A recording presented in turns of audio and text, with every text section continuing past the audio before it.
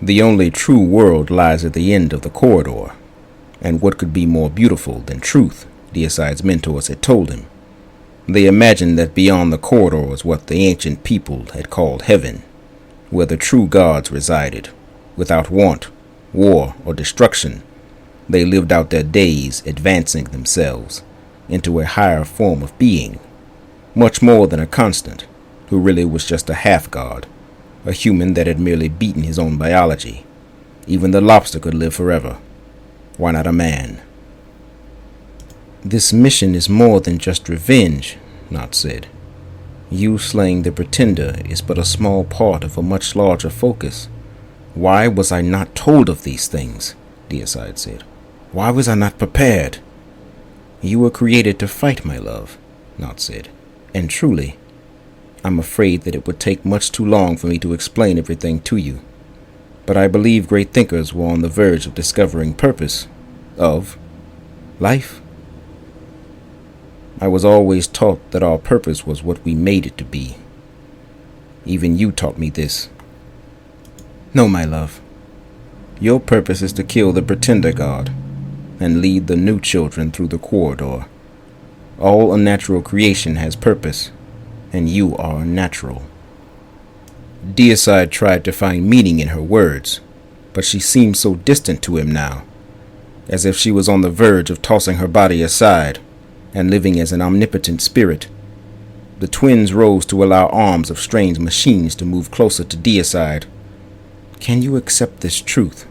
Nott said, tears rolling down her gray cheeks. Can you accept that you were created to replace the man who failed? Hurt began to squeeze Deicide's heart, but this was only from witnessing the pain in Nott's face. He knew little about the stock he had been taken from. As a child, it was forbidden to read or watch the archive footage of the man's life, but also the father that had bore him. All that Deicide did know is that both of these men were not born with the powers that he possessed, and neither was born with hair-like antennas. Your wants and dreams are not your own, Nott said. Your goals have been given to you, but what is it you truly desire? After taking some time to think, Deicide finally spoke. I wish to converse with the God Constant. The God Constant could never be a thinking creature, only an occurrence, like the weather of a terrestrial planet, Nott said. Then I desire to witness this occurrence, Deicide said. Though we never gave you this body to chase phantoms, it is yours to do with as you wish, Nott said. Deicide was viciously snatched upward by robotic arms from the overhead and thrust into an orange gel that hung weightlessly above. It burned his clothes and skin away. He flailed as the intense burning grew to an unbearable sharpness. His wife watched from below, as did the abyss. Both seemed unaffected by Deicide's sufferings, their mustard yellow eyes gazing with indifference. The robotic arms began their grotesque work, quickly pulling the bones away from his tendons and muscles. Cutters ran through him like sandwich meat. Deicide wondered when this would end. More and more was pulled away from his carcass, the muscle fibers untwined in puffy red strings. A few more moments passed before his world went black before him. The membranes which had shielded his eyes had been eroded away, and his eyes had quickly followed. Here in this darkness he felt nothing, yet he was aware of his being. He was an accumulation of memories and experiences stored on the gargantuan crystalline discs of his external memory. Now his body was to be recast with substances and technologies only available in a time that had yet come to his present. His mind, developed and honed trillions of years in the past, was now being merged with a body designed trillions of years in the future.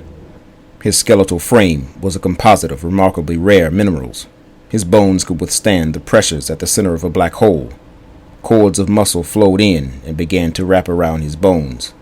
The machines fused tendons to his skeletal frame, while his organic systems were re-engineered, and his physical brain was properly fitted to handle calls between the amanuenses. He was reborn, constructed to have no equal. He looked down at his body. If he were to recognize the design, he would know it was a carving by an abstrusion artist who lived thousands of years before the society's collapse. This sculpture was a symbol of an ancient obtrusion theology, the last child. The Axis, a godlike entity forged by the scientific advances of the entire race. It was believed that when the Axis emerged, all of the greatest secrets of the universe would be known to all. Deicide opened his eyes, finding Knot sitting next to him. He was lying on a stone slab, altar-like, as if he were being sacrificed to a nameless god, perhaps to himself. He looked on his surroundings with fresh eyes. He could see all of the dimensions folded into one, all crowding him. Machine elves began to belch replicas.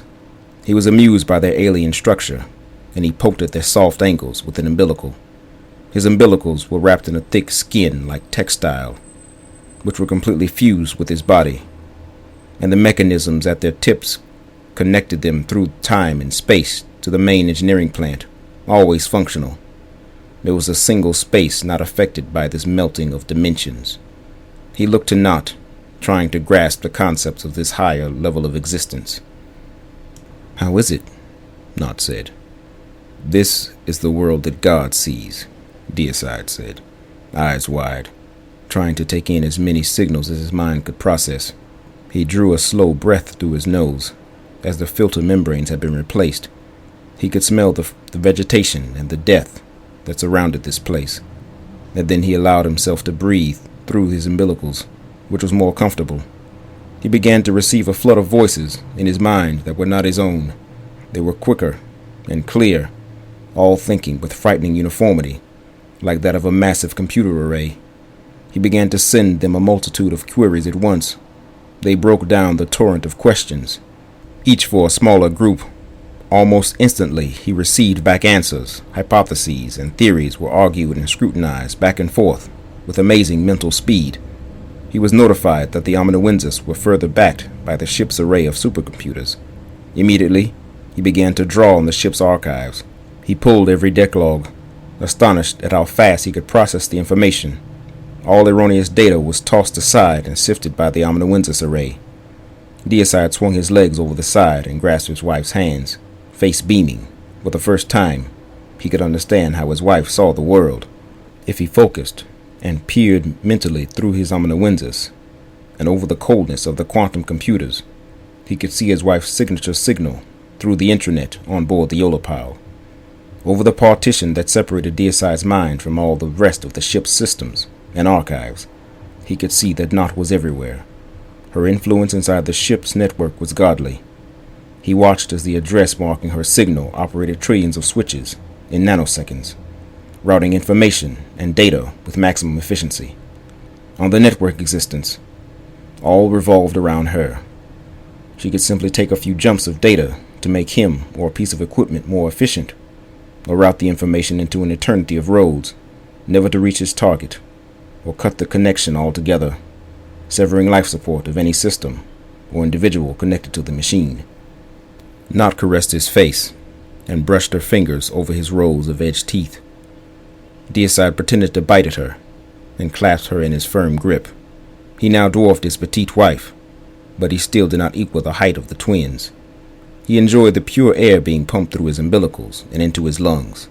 The halcyon exciter abated his cannibalistic hunger, and the abyss began to regain her size as the black oil she consisted of seeped through the pores of his umbilicals. He wondered now if Knot thought he was worthy of his name. Just before his view began to blur, the scent of oil and fuel drifted into his nostrils. He could feel great gears turning over in the distance. Millions of cylinders fired in unison all around him. He wanted to ask Knot so many questions before he drifted away from consciousness, but she shook her head and laid him back on the slab, gently closing his eyes, and kissed his scarred lips. "Kiss the children for me," Knot said.